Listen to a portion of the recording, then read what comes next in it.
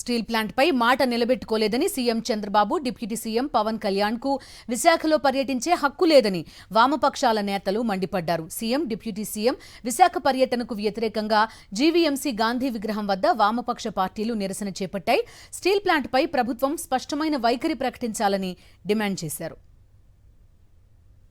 కూటమి ప్రభుత్వం ప్రైవేటీకరణ జరగదు అని చెప్పాలంటే 5,000 మంది కాంట్రాక్ట్ కార్మికులు ఎందుకు బయటకు తీసినట్టు, అదేవిధంగా మరి నైపుణ్యం కలిగినటువంటి మొత్తం పర్మనెంట్ ఎంప్లాయీస్ అందరినీ కూడా వాలంటరీ రిటైర్మెంట్ ఎందుకు ప్రోత్సహిస్తున్నట్టు, ఇవాళ 32 భాగాల్ని ప్రైవేటీకరణ చేయడానికి ఈవై ఎందుకు ఇచ్చినట్లు, ఇవన్నీ సూటిగానే స్పష్టంగానే కనిపిస్తా ఉన్నాయి.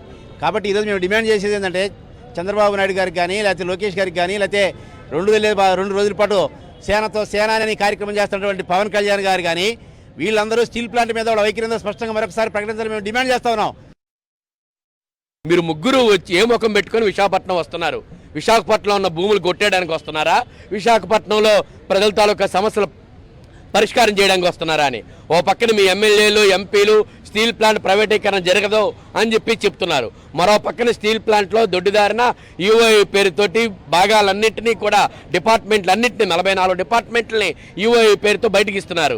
5,000 మంది కాంట్రాక్ట్ కార్మికులను తొలగించారు. విశాఖపట్నం స్టీల్ ప్లాంట్ మీద మీ వైఖరి ఏంటో పవన్ కళ్యాణ్ స్పష్టం చేయాలి. నన్ను గెలిపించలేదు, నన్ను గెలిపిస్తే విశాఖపట్నం స్టీల్ ప్లాంట్ కోసం నేను పోరాడేవాడిని అన్నాడు. ఇలా 100% స్ట్రైక్ రేట్ ఇచ్చారు. నీకు నువ్వేం చేస్తావు చెప్పమని చెప్పి అడుగుతున్నావు.